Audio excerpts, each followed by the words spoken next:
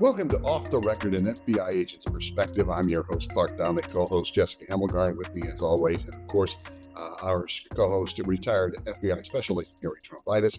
We're glad you tuned in again, and we have a special guest with us.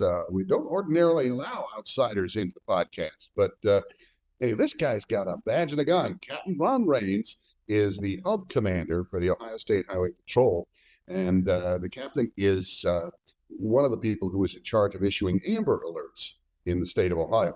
And in this podcast, we talk about missing kids cases, missing children, and frequently talk about whether an Amber Alert is issued in the case or whether it isn't. And you've probably heard the word. I mean, it's practically a household term, Amber Alert. When you say it, you pretty much know what we're talking about, but you might not know exactly how it works. You might not know why. Amber Alerts are issued in some cases and not in others, and you might not realize why.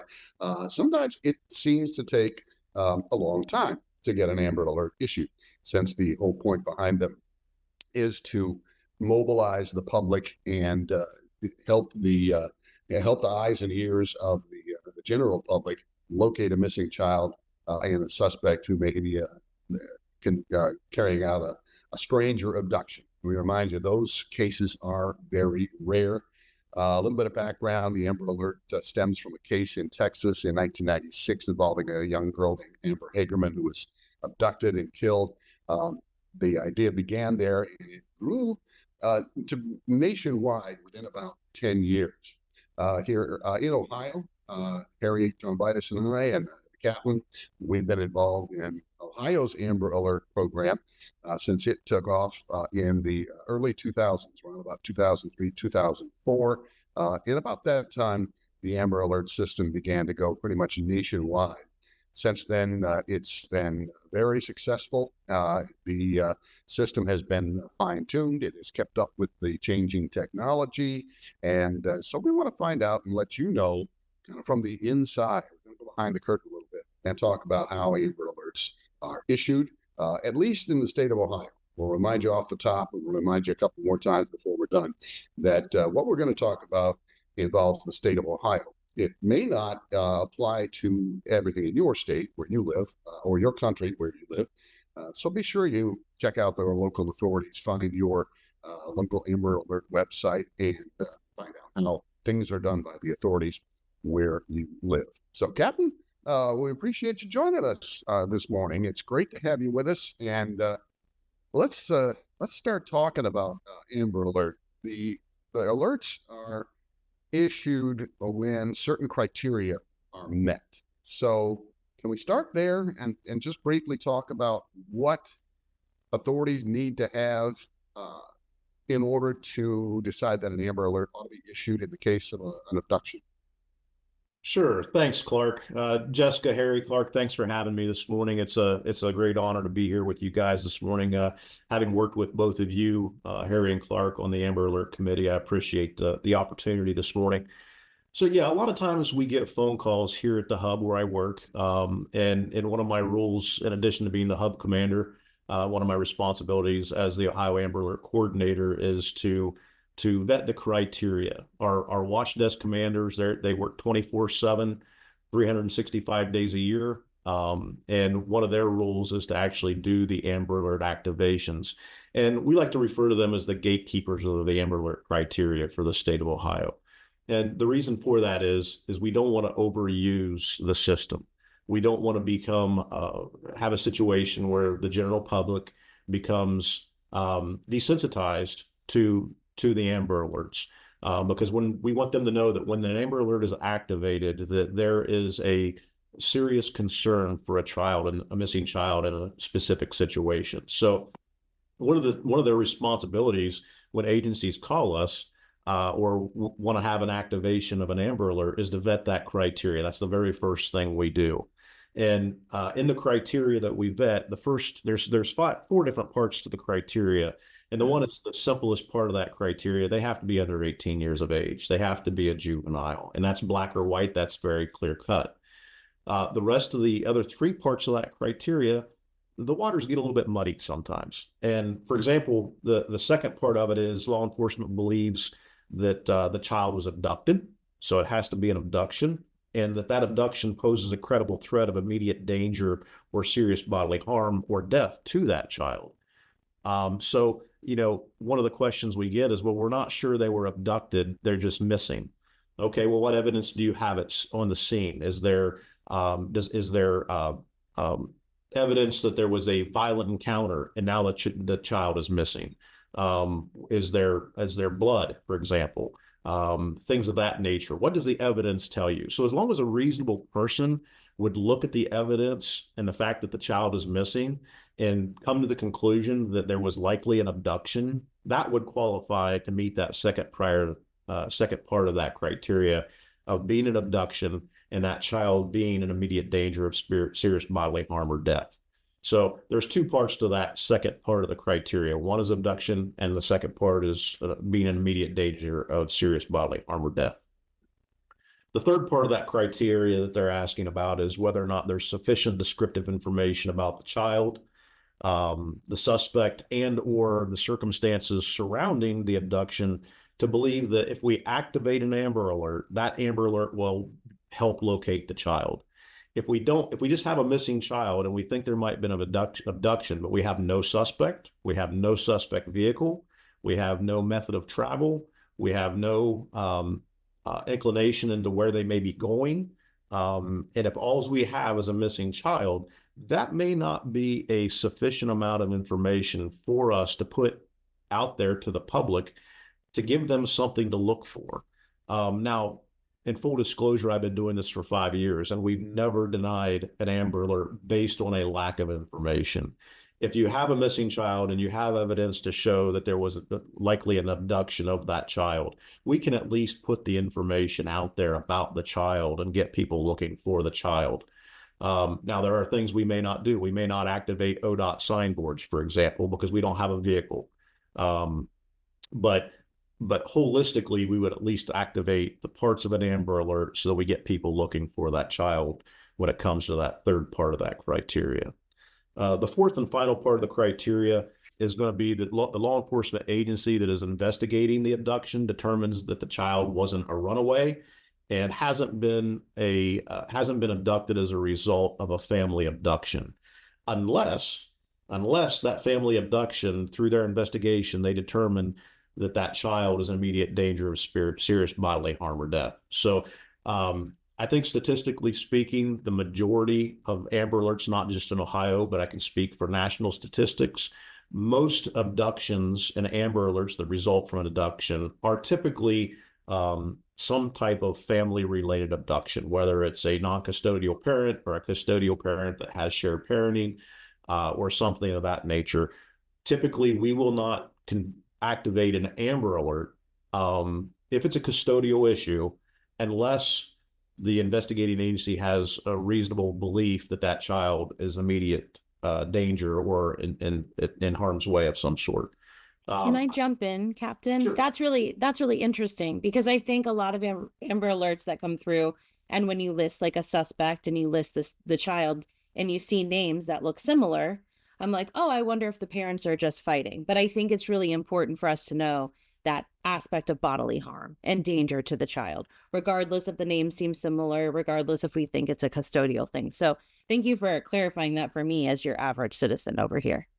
Yeah, and just to give you a couple examples, in the last couple of years, most of our Amber Alerts that we get are some type of custodial issue or whatnot. You have a lot of people now that are having children out of wedlock that have never had a court make any type of child custody determination. So in those cases, it gets a little bit sticky because both parents have a right to the child.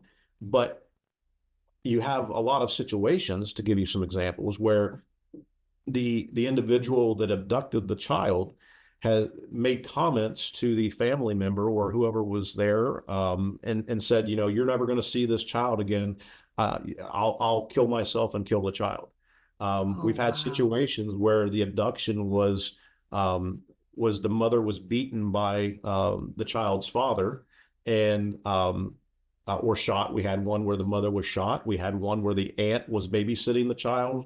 The child's father came and basically told the aunt that I want to kill you and I'm going to kill the child and I'm taking the child. So in those cases, that there's an immediate concern for that child's safety and well-being, regardless of whether or not that parent had custodial rights to take the child. We're concerned about that child's well-being in those situations. And I keep you're hearing me refer this morning about the father taking the child from the mother and so on and so forth.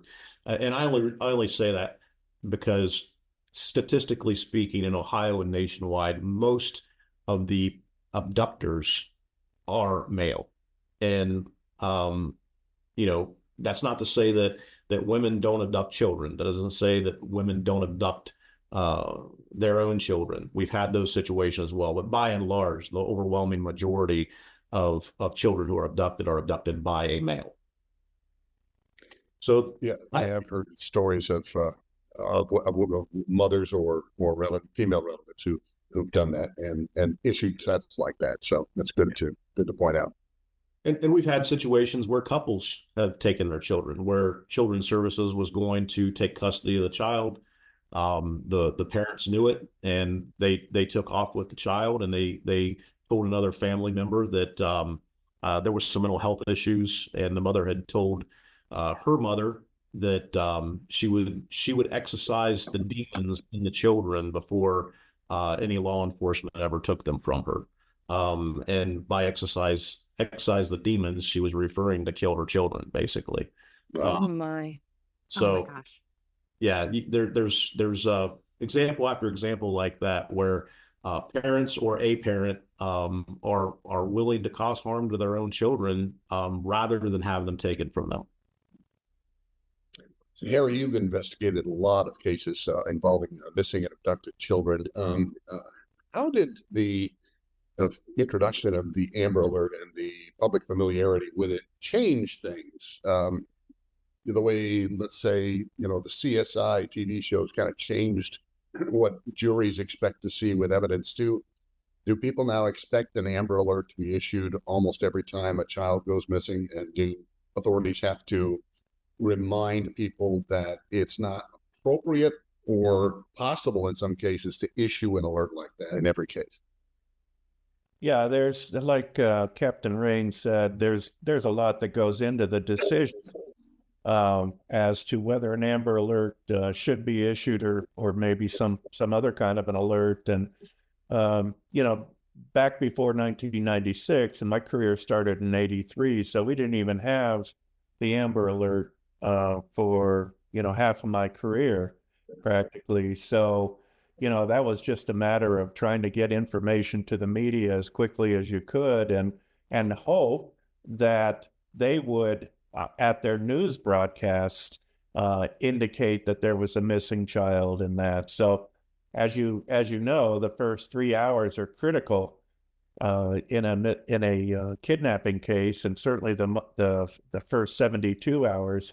And so we were already behind the eight ball back in the day when we had kidnapped kids and things. We had no mechanism really to get that information out, and with the Amber Alert system that we have today, that's really changed things. And I've worked a number of cases before where as soon as an Amber Alert is issued, the person that abducted the child realizes that there's a possibility that everybody is looking for him and that car, and he doesn't, want to make things worse. So oftentimes we'll have the perpetrator pull off, return the child to a family member, maybe drop it off at a convenience store, and get away, just simply because they heard that there's an Amber Alert and they know how effective that it can be in that. So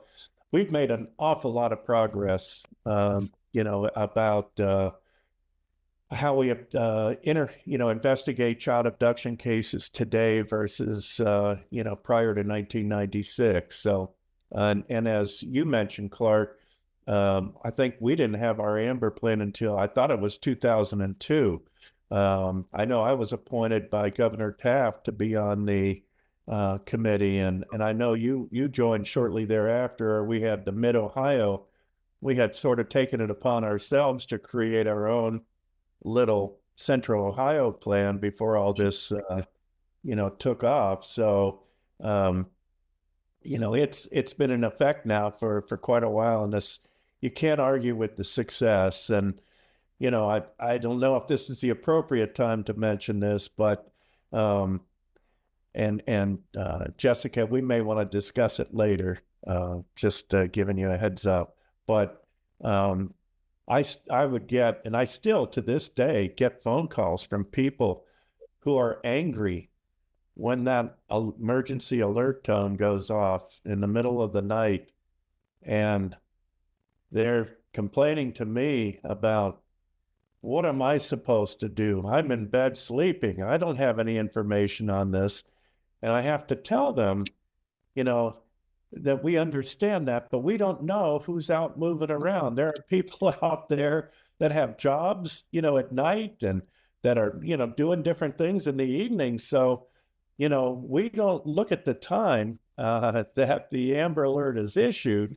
We're targeting the people that are out and about. And yeah, I apologize that you got woken up by the alert, but, think about it. If it was your kid, your grandkid, you'd want everybody to know about it, and to those of individuals that are out and about to be able to, hopefully look and act as the eyes and ears. And if they spot that car, or they have information about the abduction, to contact law enforcement right away. And usually at that point, they go, yeah, you're probably right. So, but it's just interesting, it's like, Captain Rains, we ought to look into this. And Clark, maybe there's a way we can tell who's sleeping at night. You have to like hack into their iPhones. There probably is some kind of way. I don't know that I want to know the way. That might be quite terrifying. Yeah. Anyway, Find out. Yeah. thought I'd Let's just ask add Facebook. They seem to be pretty good at that kind of thing. Yeah, Right. ask anyone in Silicon Valley. Yeah. So Again, Rains, you mentioned you've filled us in on the criteria. So that's the most important part of the early decision-making process. And so what's happening for folks who maybe watch TV but may not realize how things happen in real life? Obviously the first thing a parent's going to do when they've searched and realize their child is not there, or they have some idea that the child has been abducted, maybe it's been witnessed even, they're going to call the police, and then the police are going to begin to investigate. So that's when they decide whether or not to call you at the Ohio State Highway Patrol and start the process of actually issuing the Amber Alert. So, your dispatchers and you or one of your coordinators will, ask them those questions that you mentioned during the criteria about the age and the amount of information that is available, and whether the child's in danger or not. So then technologically, or I guess, protocol wise, what is going to happen behind the scenes in the control rooms, the radio rooms, and the cruisers of those law enforcement officers who are going to be issuing that Amber Alert and getting it out to the public by way of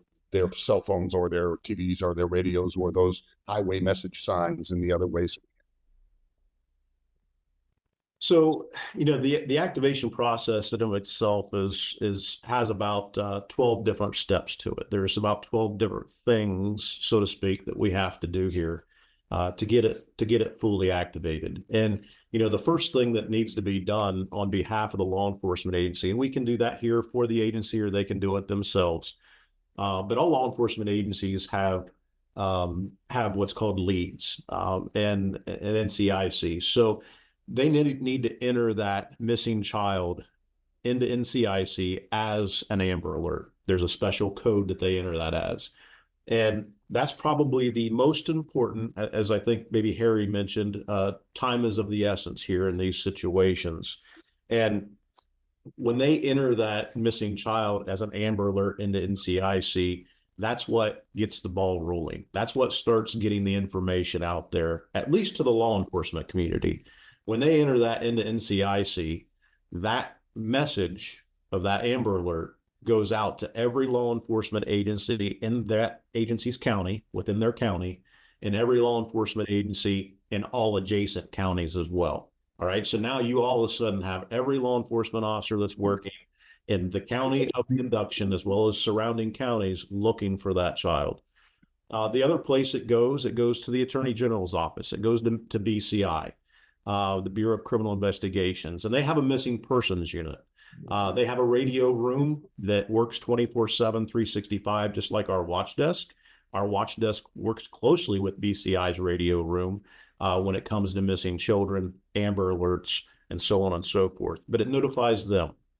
And then it also notifies the FBI abduction unit and the National Center for Missing Exploited Children, which I affectionately refer to as the NCMEC, because the National Center for Missing Exploited Children is awful long to stay. So, but it notifies them as well. So each one of those entities that get that leads message that there's been an abduction of a child, it gets it rolling, because now there are secondary distributions by each one of those entities that gets it.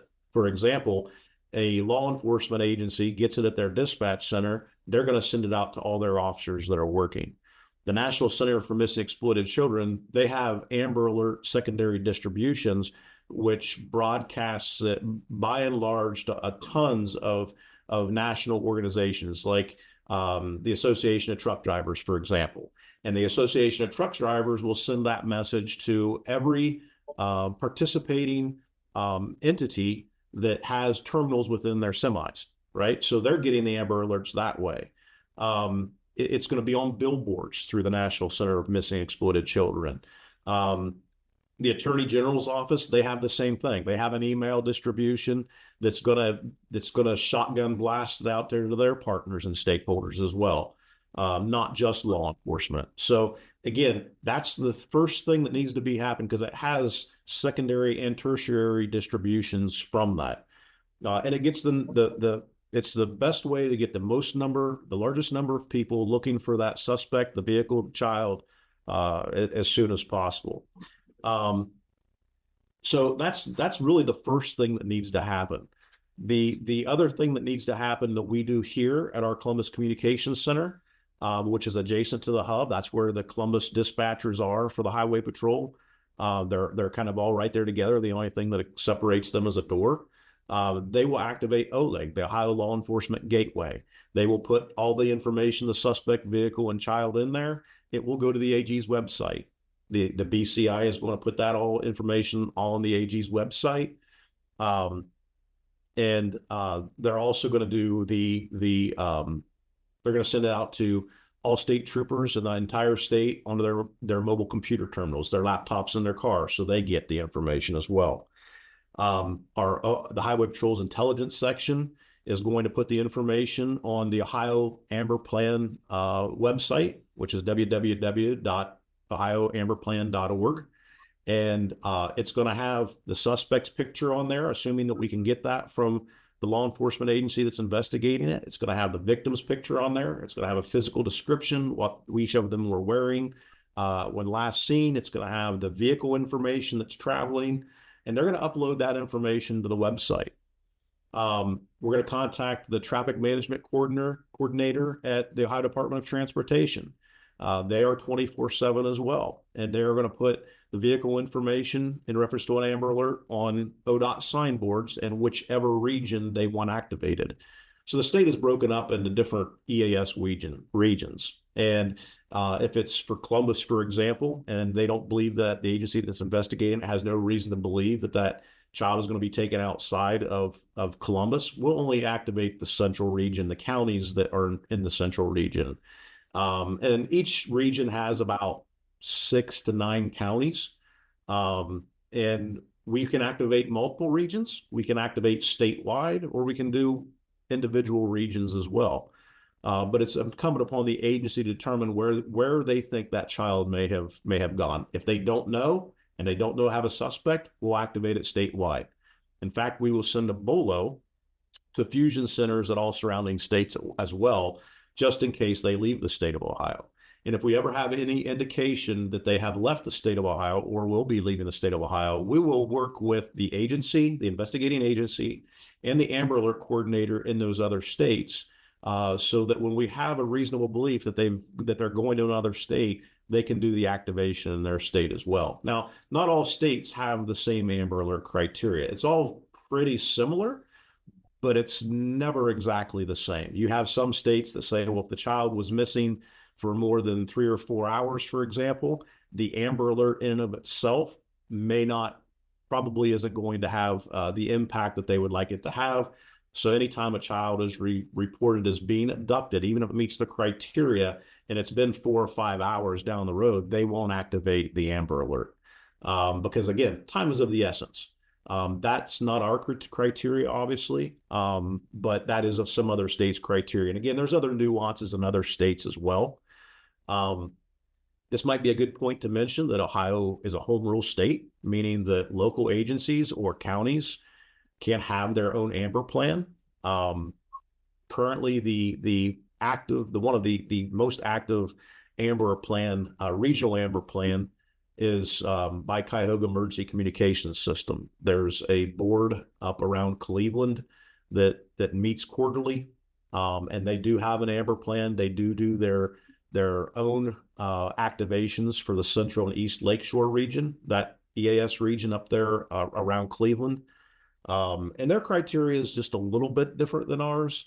99 times out of 100, if it meets their criteria, it's going to meet ours as well. But for example, where ours says that they have to be abducted, their criteria says that there has to be credible information suggesting the child was forcibly or intentionally removed or lured away from their location and remains missing. So that lured away is a little bit different than an abduction. So when you talk about child enticement, for example, which is a whole different show, fellas, Jessica, that's a whole different show.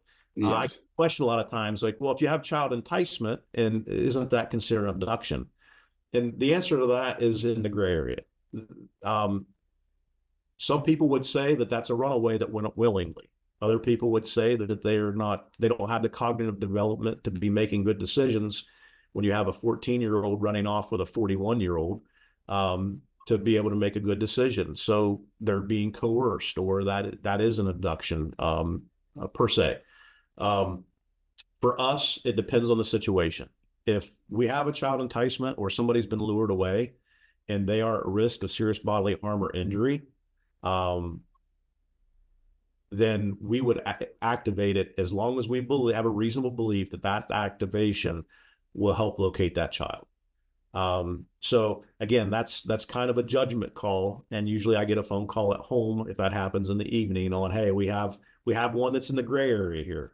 And we're always going to err on the side of caution, right? We're never going to turn down an Amber Alert when a child's life is in danger and it meets it at least loosely meets the criteria, right?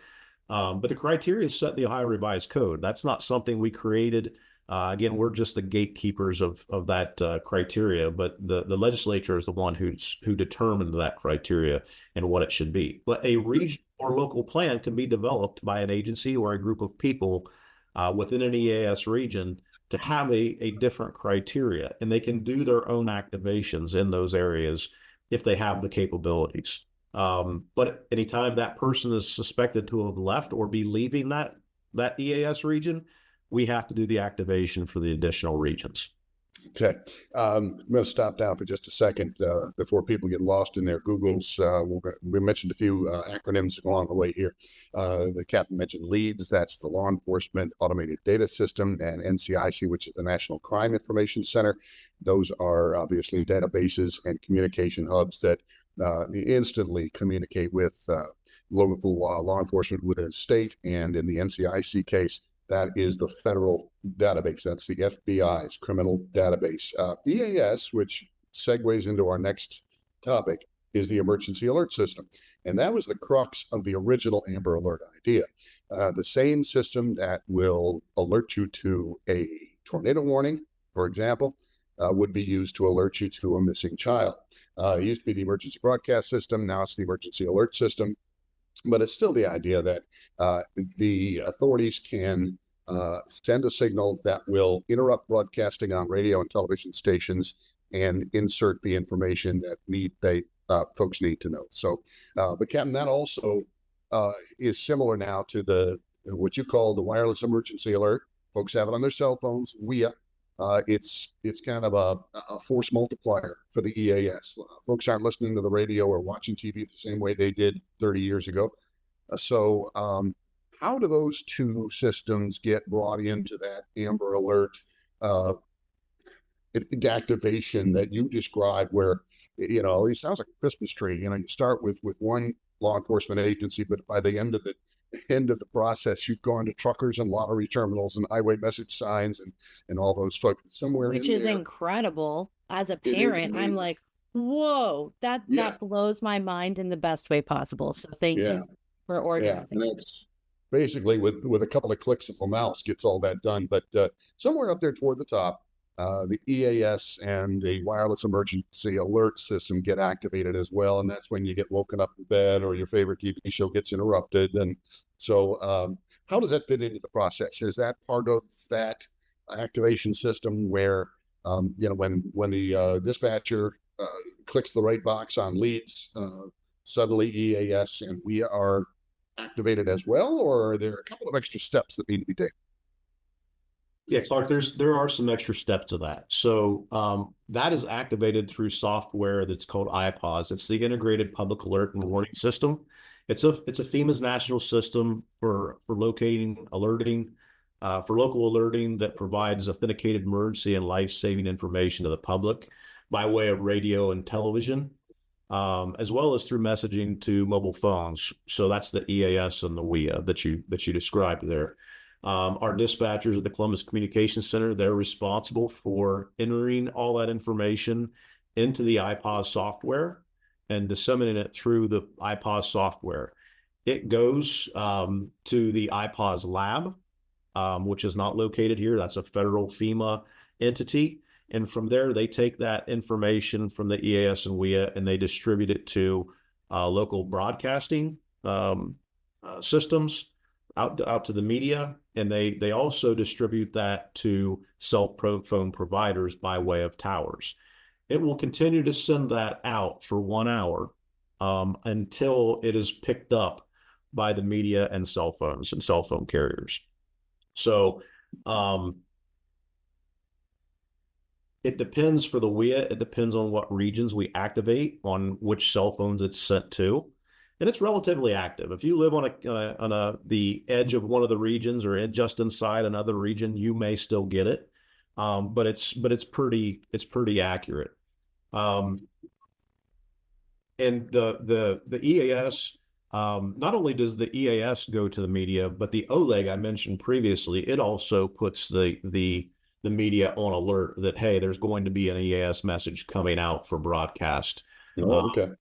And the EAS message that we send out, again, if it goes to a radio station, we actually do a voice recording. The dispatcher, when they enter it, they read a script of all the information, and that's what's broadcast. So when it's broadcast, you're not hearing a professional like yourself, Clark. You're not hearing somebody. You're hearing a dispatcher who's sitting in a little room at a computer talking into a microphone, basically reading a script. And then what is also sent by that IPAWS is what you would see scroll across the bottom of your TV screen. I call it, there's probably a term for it. I call it the ticker tape that goes across the bottom of your screen, that has all that same information. It would have exactly what was read over the radio stations. And then that same, a different message is sent out to the WIA through the IPAWS system. And that depends on what you receive on your phone, depends on several things. First of all, you have to have your alerts on your phone, and you can do that by going to your settings, to the general, and scroll all the way to the bottom, or at least on an iPhone. That's where mine is, for your different types of alerts to be received. And if you have those on, the next thing that determines is your cell phone carrier, on whether or not all your major cell phone carriers will broadcast Amber Alerts through a WIA. There are some off, I'll call them off-brand, for lack of better terms, cell phone carriers that may not participate in the WIA program. But it also depends, what you're going to get on your phone also depends on the type of cell phone you have and how early or late of a model of cell phone you have. We send out that WIA in two different types of messages. We send out a 90-character message and we send out a 360-character message. And 90 characters is not very much. At best, we can include something like Amber Alert, Columbus, Ohio, maybe the registration plate number for the vehicle, and check your local media. That's at least 90 characters right there. Yeah, and that's not telling them much. It's not telling them much. That tells that person that now I have to go turn on my radio or go sit in front of a TV and wait to get more information. In 2024, Ohio enacted the 360-character message, and we can fit a lot more in that message. We can put information about the physical description of the child, physical description of the suspect and vehicle. The nice thing that we can do also, and we have been doing, is the last thing in that message you would get on your phone is a URL link to ohioamberplan.org, and that will take you to the homepage of our website, which when there's an activation will again have the photo of the suspect, photo of the victim, information on where they were last seen, route of travel if known, what they were wearing, type of vehicle they're in. All that information will be on there. So you don't have to go turn on your radio or go to your TV and turn it on, because you can't do that if you're driving, for example. It's about getting as the largest amount of useful information out to the public that we can in the shortest time possible. And that's what the WIA does. I mentioned CCOMs having their own plan for the East Central Lakeshore region up along Lake Erie and Cleveland area. They don't send out the WIA between the hours of about 10 or 11 at night and 6 or 7 a.m. I can't remember the starting ending point, but basically they don't do that because of waking the general public up. We have decided as an Amber Alert committee that we're going to send it out 24/7 because, like you mentioned earlier, there are people awake. There are people out there traversing the roadways that may be able to put eyes on that vehicle suspect or child and help locate them. Yeah, Captain, I find that, again, not to badmouth anybody in particular, but, yeah, a lot of our abductions do occur later in the evening, and I would want, if it was my child, to do what we do in our region rather than, worry about bothering somebody between a certain time in the evening. I don't know. I just, have feelings about, what about the people, that are driving around at that time, and you're missing an opportunity to maybe bring that child home safely. And I don't know, that just kind of bothers me. Yeah. And I don't disagree with you, Harry. I think, again, we're a home rule state, so they can develop their regional plan and send out their own Amber Alerts. An agency can do that, or whether it's CCOMs, and that's their prerogative, based on being a home rule state to have different criteria or different activation processes if they so choose. And I can tell you from years in commercial broadcasting, people don't like to have their favorite song or their favorite TV show interrupted by a tornado warning either, even if the tornado is coming right at them.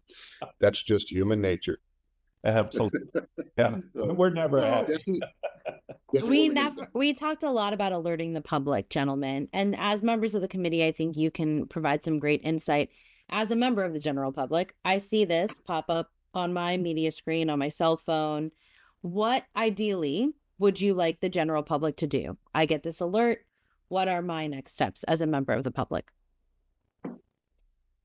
Well, I mean, from an investigator's perspective, I mean, obviously, if you're out and about, look at the material, look at the information provided, either off your phone, hopefully while you're not driving, but certainly the road signs and things that are put up by ODOT, and actively look for that vehicle. I'm not, asking you to drive around the city wherever you live, but certainly where you're going, pay attention to that and look for that. And if you see the suspect vehicle, get on the phone and call 911 right away and let them know the location and direction of travel. And if there's a way for you to stay safely behind them for a period of time without causing an issue. That way you can keep law enforcement informed on their location. I think that would be an outstanding thing for you to do.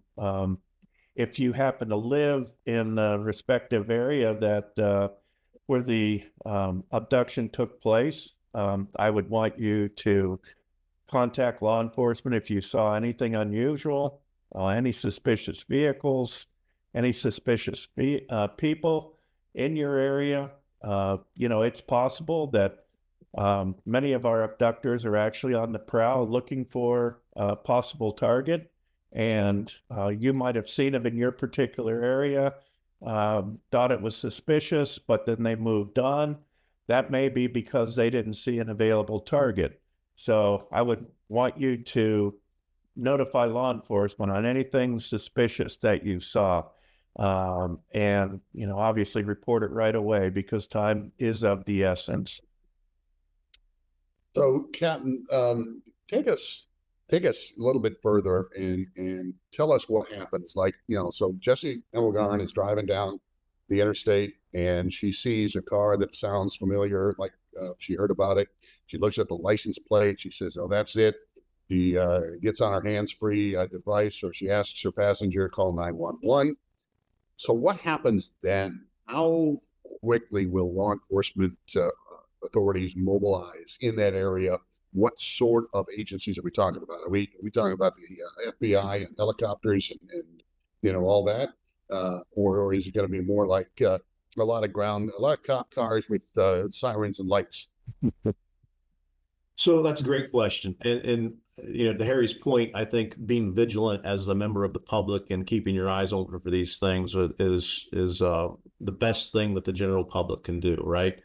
And if you do spot that vehicle, for example, and you can get behind it safely and follow it for a period of time and you call 911, really what's going to happen and how quickly it's going to happen is going to be contingent upon where you're at. Obviously, if you're in the city of Columbus, there's a high concentration of law enforcement officers, Columbus Police, Township officers, Franklin County Sheriff's Office, the Highway Patrol. We have a post here in Columbus as well. So you're probably going to get a little quicker response as well. Columbus Police has helicopters. The Highway Patrol has helicopters that are all based out of the Central Ohio Columbus region. So the chances of having, for example, a helicopter response in or around Columbus is going to be much greater than if you're for example, in Hocking County or Vinton County or Tuscarawas County, for example.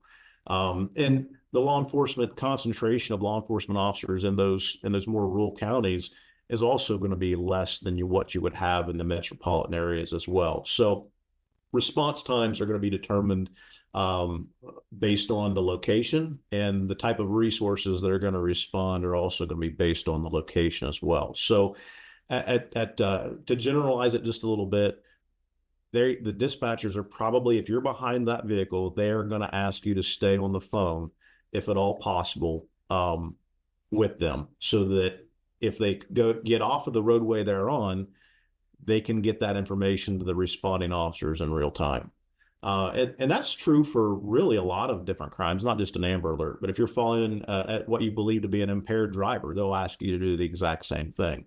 If it's safe to do so. Obviously, we don't want to put the general public in harm's way by any way. We don't want you to be talking on your cell phone in a way that would violate the new cell phone laws. For example, we want it to be hands-free. But in general, we would ask you to just basically report where they're at periodically so that we can get responding officers, again, whether it's local, county, and state, but all three are going to be, if they're in the area, they're going to be moving in that direction. And if that suspect vehicle is traveling, they need to basically figure out, okay, if I'm clear across the county and they're going eastbound, what's my best route of travel to intercept them as quickly as possible? That's what they're going to be doing behind the scenes. So since the Amber Alert has been issued or has been rolled out in the early 2000s, and I don't want to send you down a rabbit hole trying to get, a bunch of data that you don't really have at your fingertips, but just from, your point of view, and Harry, please add your perspective too. how successful has it been in terms of the number of alerts that get issued? Have they gone up? Have they gone down? Um, is it a pretty good percentage of Amber Alerts that end in the safe resolution, the return of the child unharmed, arrest of a suspect, those kind of things? Just off the top of your heads, I guess I'm asking: is this system working? Yeah, so thanks, Clark, for that question. Statistically, and I think Harry mentioned earlier that we've been using the Amber Alert process since 2002, and he's correct. We've been using it since October of 2002. That was our first Amber Alert issued in the state of Ohio, and through January of this year is what I have statistics on. But there's been 254 Amber Alerts in the state of Ohio since October of 2020 to 2002. And out of that 254 Amber Alerts that were issued, 315 children were victims in those Amber Alerts. There's been 303 children that have been recovered safe. 6 were recovered deceased, unfortunately, and one that was part of an Amber Alert up in the Cleveland area from last year is still missing. So last year being 2023, correct? 2023, yeah. Yep. Just to clarify for our listeners. Sorry. No, that's okay. It's always good to know. Yeah. So as far as the actual statistics on the number of children that were safely recovered as a direct result of the Amber Alerts issued here in Ohio, we don't always have that information. And I don't have that information, statistically speaking, today. We get that information from the local agencies after the Amber Alert is deactivated. We have them fill out what we call an after action packet. We do an online survey and put the information into the system for the National Missing Exploited Children, and they produce an annual report from a nationwide perspective. But sometimes the information we get back from the agency to enter in the system doesn't indicate whether or not the child was safely recovered as a direct or indirect result of that Amber Alert activation. However, I can tell you, based on my experience over the last 5 years, that a significant number of Amber Alerts have a direct or indirect impact in the safe recovery of a child. Just the year before last, we had an activation of an SUV that was stolen. It was left running. A child was left in the vehicle. The vehicle was stolen, and 2 young ladies were traveling from one girl's house to the other house in a residential area, and heard the Amber Alert. And as they're driving down the residential area with cars parked along the street, one of them looks over and says, "I think that's the SUV that we just heard on this Amber Alert." They went down and found a parking spot, parked, walked back. The vehicle was the vehicle. The child was in the car seat in that vehicle, and the child was safely recovered. So that's a direct impact, and is the best example that I've seen in 5 years of how an Amber Alert immediately resulted in that child being located. But I could give you other examples, but we don't have time for the podcast on how the Amber Alert resulted in the safe recovery of a child.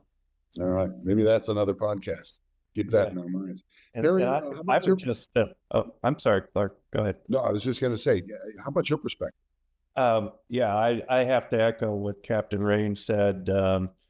That's, as an investigator on these cases, it was invaluable to have an Amber Alert issued. I may have mentioned before, we had many situations where once that Amber Alert is issued and the media starts covering it, and the signs on the highways, reflect the Amber Alert, we've had people that actually just said, "That's it.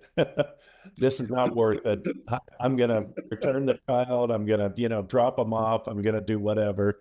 And as Captain Rains indicated, we don't always know for sure.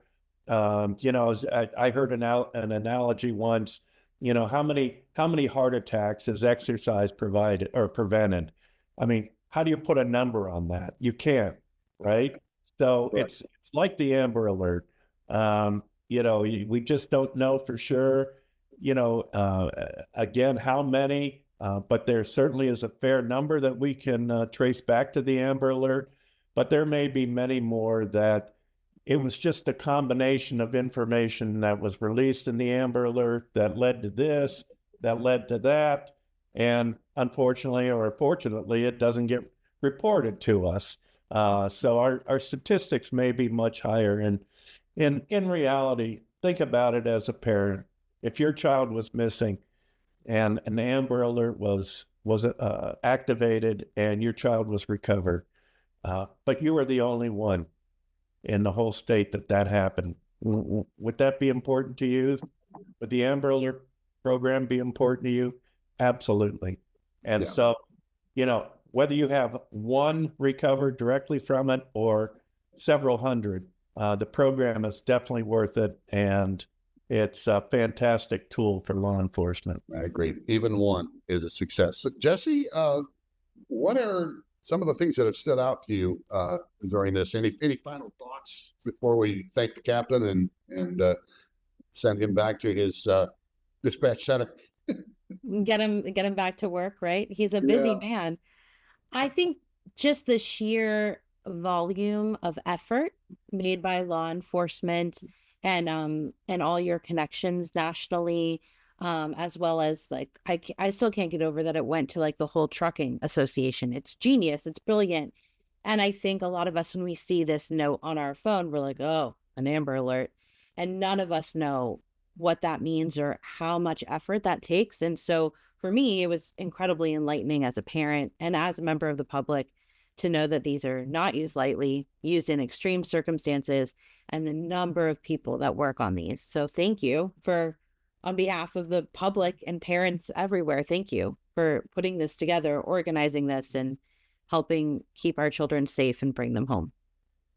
And as Jesse alluded to, one of the reasons the criteria that the captain laid out for us is so restrictive is so that we don't overuse them. So there are people who are asking, well, why did you send an Amber Alert to my phone? Well, there are people in other cases who are going to say, well, why wasn't an Amber Alert issued in this? And the reason is, as you mentioned, Cap, you don't want to overuse that system. It's like car alarms. Well, we've all gotten to the point where a car alarm goes off in a parking lot. Nobody gets up to look and see who's stealing the car. You don't want people ignoring Amber Alerts, just like you don't want them ignoring tornado warnings or tsunami warnings or those things that can save lives. And that's why in some cases an Amber Alert, is not issued simply because you don't want to overuse it. But Jesse, as you said, it's a great tool. I think we've seen, whether it's statistical evidence or just anecdotal evidence, it works. And if it works once, it's done its job, and it's worth every bit of effort that we make. So, Clark, there's actually good news about that, because when an Amber Alert or a request for an Amber Alert doesn't meet the criteria, I think I would be remiss if we didn't let the general public know that just because it doesn't meet the criteria for an Amber Alert doesn't mean that we're telling law enforcement to not look for the people. In fact, there's another type of alert, an endangered missing child alert, that has a slightly different criteria. So in that, it's the same criteria, except for the fact it doesn't have to be an abduction. So if you just have a missing child and you don't know the circumstances, and there's no evidence to show there was an abduction, but that child either ran away, they're lost, it was a non-witness abduction or non-confirmed abduction, and you maybe don't know the circumstances by which they became missing, that could qualify for an endangered missing child alert. And the reality of it is the main difference between an Amber Alert and an endangered missing child alert is the EAS and the WIA are not utilized in the endangered missing child alert. And that's just because the sheer numbers of those types of alerts every year are huge. You would have the general public be getting a WIA pretty much nonstop. They have a lot of those. So again, there will be a distribution of secondary and tertiary notifications sent out to the public and to partners and stakeholders and businesses and billboards and ODOT and so on and so forth for that child. It just doesn't send out the EAS and the WIA for a child they still have to be in immediate danger of serious bodily harm or death. There has to be some circumstances, whether it be a 3-year-old that they don't believe is wearing a coat and it's 15 degrees outside. That child's life is in danger at that point, right? And they ran off or are otherwise missing. So it doesn't have to be that they're in immediate danger of serious bodily harm or death at the hands of another person, right? Like an abduction. They could be a runaway, or they could be just lost, for example. There is other types of alerts that can be done. There are still BOLOs that will be put out. Law enforcement will be notified, and everybody will be looking for that child in those same circumstances. So I think that's good information for the public. Oh, yeah. Just because an Amber Alert isn't activated doesn't mean that people aren't going to use other resources, tools, and methods, such as an endangered missing child alert, to try to locate that child. And mobilize the same kind of information tree that I described, when you do that as well, without those 2 elements that you save for the Amber Alert, so you don't desensitize people. Good information. Thanks a lot. Captain Ron Rains is the hub commander for the Ohio State Highway Patrol and the Amber Alert coordinator for the Buckeye State. We appreciate your time. A couple of things to remember. OhioAmberPlan.org. Now, in Ohio, that's the website where you would go to find out more about the state's Amber Plan. Obviously, not all are created equal. So if you're listening to us in another state or even in another country, find the Amber Plan or the Amber Alert system in your location and look that up, see how that works, see if you could follow them on social media perhaps, or just acquaint yourself with the criteria and the procedures and the protocols. Also, if you're interested in finding out more about the National Center for Missing and Exploited Children, their website is missingkids.org. They have a lot of information about prevention of abductions, keeping kids safe, and also about law enforcement activities and procedures and protocols for finding those missing kids. So again, we thank you, Captain Rains. Appreciate your time this morning. Thank you, Clark. Thanks, Jessica, and thanks, Harry. Appreciate being here. All right. Jesse, where should people go to find out more about the podcast, how to follow us and like us and share us with their friends? Yes, you can subscribe on all your favorite podcast platforms as well as YouTube. And then we have behind the scenes information and photos from all of our episodes on our Instagram as well, at Off the Record FBI. All right. And then Jessica Hamelgarn and the retired FBI Special Agent Harry Trombitas, as always. Good to have you with us. And folks, thank you for finding us again. And we hope that you will join us again next time.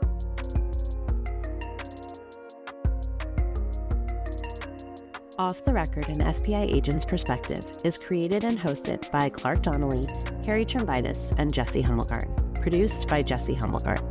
Stories in this podcast are inspired by Harry Trombitas' autobiography, Dark Places, about his time in the FBI. Music is called Cruise in the Back and is available on Storyblocks. You can find this podcast on all your favorite podcast platforms, YouTube, and on our website.